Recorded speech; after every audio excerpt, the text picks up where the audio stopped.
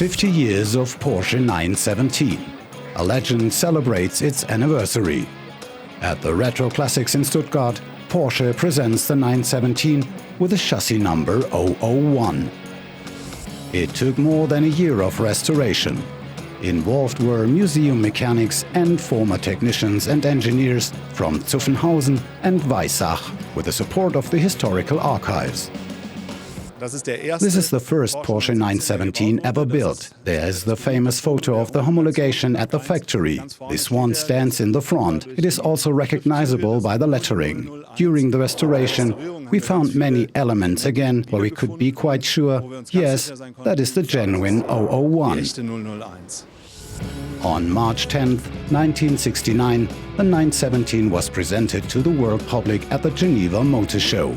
Powered by a newly developed 4.5-liter 12-cylinder engine, it became one of the most successful racing sports cars of the 70s.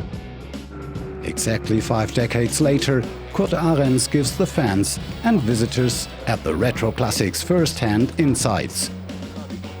As a 29-year-old development driver, he completed the test drives at the Österreichring. In the beginning, it was not so easy to keep the 917 on the road. We were there for 8 days and believed that we couldn't get the car drivable because it simply didn't work. But then we had a clever idea. We changed the aerodynamics and then we all said, that's it. They kept on working on it and then the car was flying. In one lap 3 seconds faster. That just due to the rear spoiler. In 1970, that power pack gave Porsche the overall victory for the first time at the 24 Hours of Le Mans. At the wheel, Richard Atwood and Hans Herrmann. He remembers the first laps on the 917. Der 917, das war am Anfang ein sehr schwierig zu fahrendes Auto. The 917 was a very difficult car to drive in the beginning. Mr. Piech wanted a strong engine, but the chassis did not perform well at all just yet. It